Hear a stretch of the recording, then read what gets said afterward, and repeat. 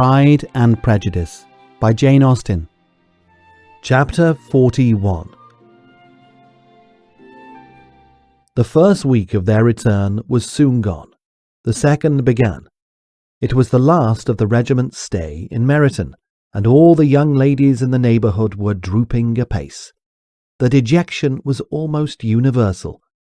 The elder Miss Bennets alone were still able to eat, drink, and sleep, and pursue the usual course of their employments.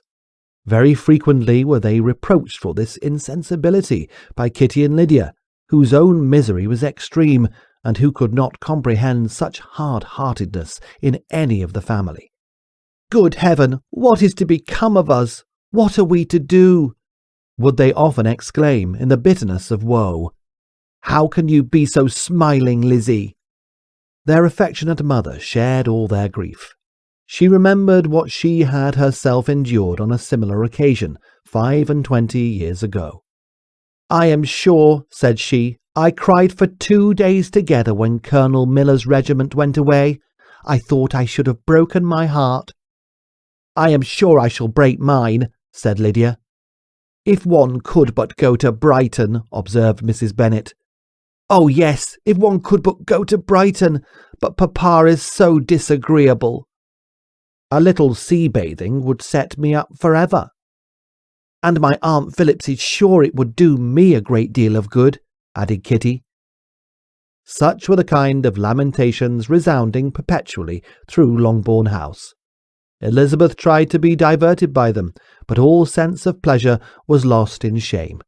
She felt anew the justice of Mr. Darcy's objections, and never had she been so much disposed to pardon his interference in the views of his friend. But the gloom of Lydia's prospect was shortly cleared away, for she received an invitation from Mrs. Forster, the wife of the colonel of the regiment, to accompany her to Brighton. This invaluable friend was a very young woman, and very lately married. A resemblance in good humour and good spirits had recommended her and Lydia to each other, and out of their 3 months' acquaintance they had been intimate too. The rapture of Lydia on this occasion, her adoration of Mrs. Forster, the delight of Mrs. Bennet, and the mortification of Kitty are scarcely to be described.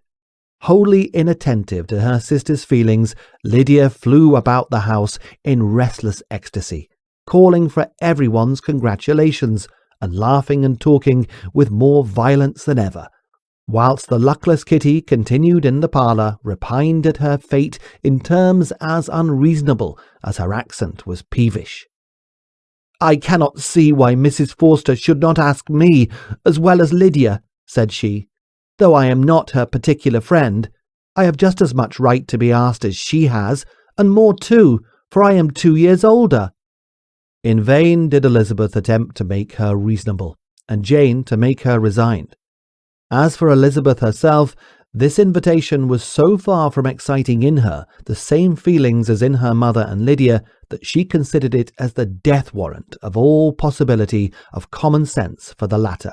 And detestable as such a step must make her were it known, she could not help secretly advising her father not to let her go.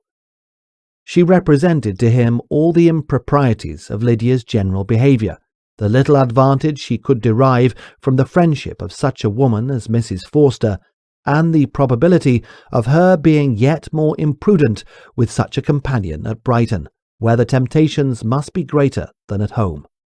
He heard her attentively, and then said, "Lydia will never be easy until she has exposed herself in some public place or other, and we can never expect her to do it with so little expense or inconvenience to her family as under the present circumstances." "If you were aware," said Elizabeth, "of the very great disadvantage to us all which must arise from the public notice of Lydia's unguarded and imprudent manner, nay, which has already arisen from it, I am sure you would judge differently in the affair." "Already arisen?" repeated Mr. Bennet. "What? Has she frightened away some of your lovers? Poor little Lizzy! But do not be cast down. Such squeamish youths as cannot bear to be connected with a little absurdity are not worth a regret." Come, let me see the list of pitiful fellows who have been kept aloof by Lydia's folly." "Indeed, you are mistaken. I have no such injuries to resent. It is not of particular but of general evils which I am now complaining. Our importance, our respectability in the world must be affected by the wild volatility, the assurance and disdain of all restraint which mark Lydia's character. Excuse me, for I must speak plainly. If you, my dear father, will not take the trouble of checking her exuberant spirits, and of teaching her that her present pursuits are not to be the business of her life, she will soon be beyond the reach of amendment. Her character will be fixed, and she will, at 16, be the most determined flirt that ever made herself or her family ridiculous.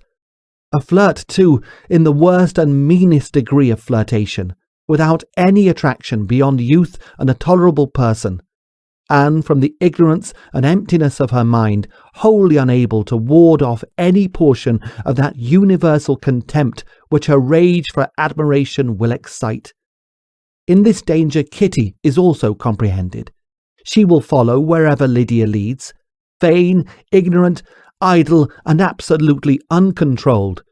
Oh, my dear father, can you suppose it possible that they will not be censured and despised wherever they are known, and that their sisters will not be often involved in the disgrace?"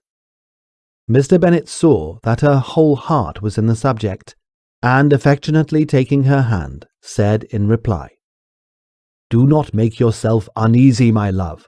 Wherever you and Jane are known, you must be respected and valued, and you will not appear to less advantage for having a couple of, or I may say 3, very silly sisters.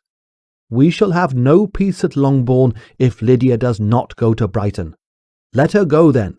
Colonel Forster is a sensible man, and will keep her out of any real mischief, and she is luckily too poor to be an object of prey to anybody. At Brighton she will be of less importance even as a common flirt than she has been here. The officers will find women better worth their notice. Let us hope, therefore, that her being there may teach her her own insignificance. At any rate, she cannot grow many degrees worse without authorizing us to lock her up for the rest of her life." With this answer, Elizabeth was forced to be content, but her own opinion continued the same, and she left him disappointed and sorry. It was not in her nature, however, to increase her vexations by dwelling on them. She was confident of having performed her duty, and to fret over unavoidable evils or augment them by anxiety was no part of her disposition. Had Lydia and her mother known the substance of her conference with her father, their indignation would hardly have found expression in their united volubility.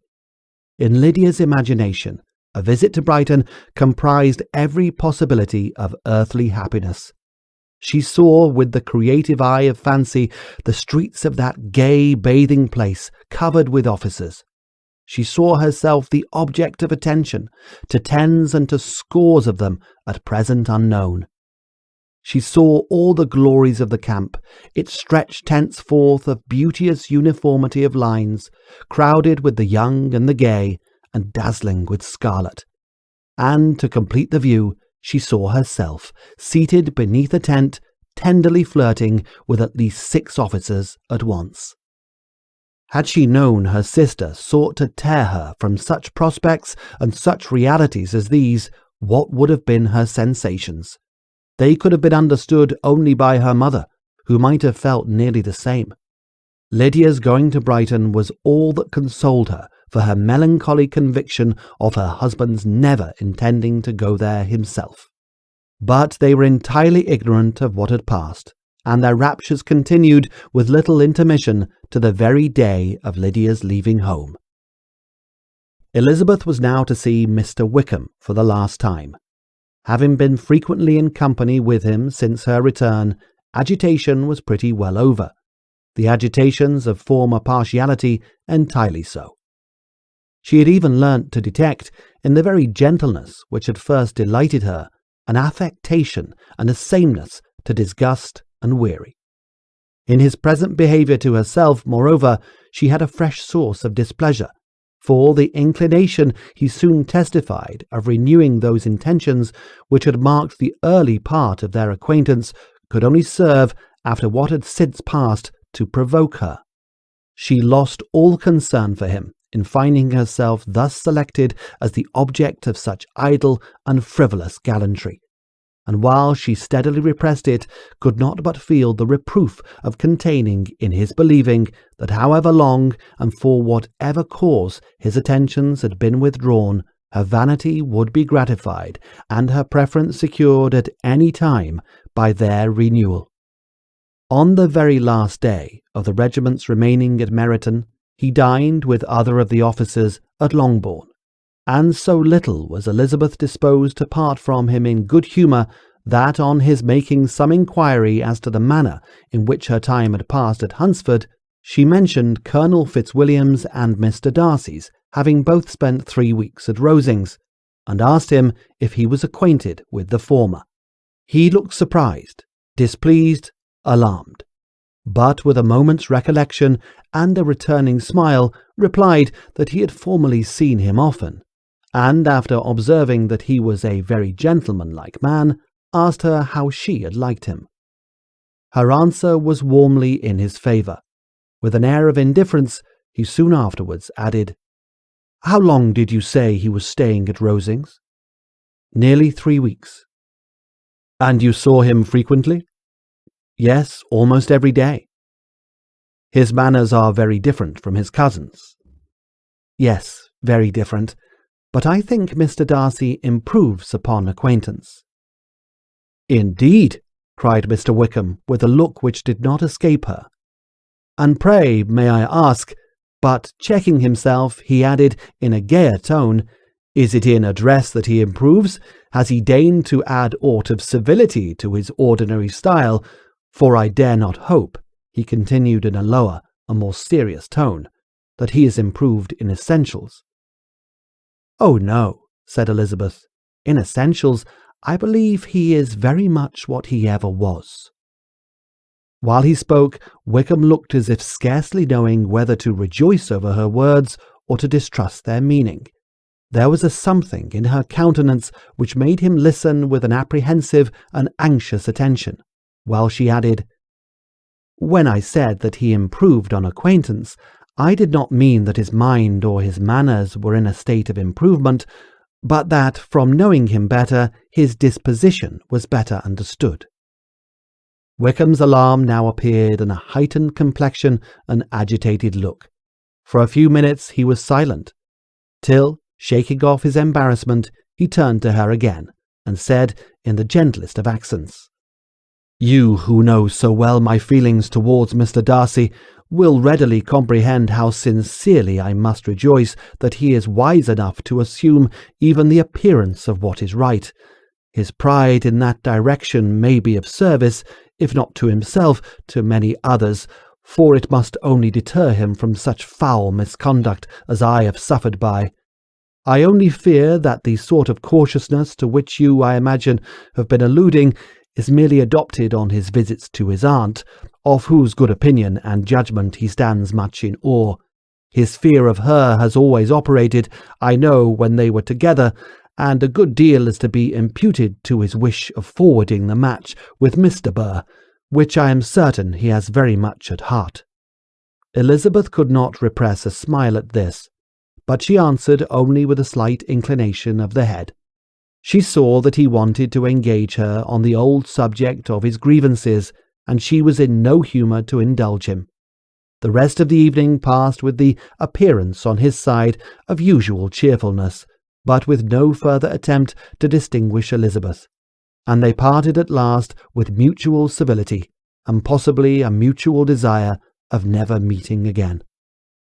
When the party broke up, Lydia returned with Mrs. Forster to Meryton, from whence they were to set out early the next morning. The separation between her and her family was rather noisy than pathetic. Kitty was the only one who shed tears, but she did weep from vexation and envy. Mrs. Bennet was diffuse in her good wishes for the felicity of her daughter, and impressive in her injunctions that she should not miss the opportunity of enjoying herself as much as possible, advice which there was every reason to believe would be well attended to. And in the clamorous happiness of Lydia herself in bidding farewell, the more gentle adieus of her sisters were uttered without being heard.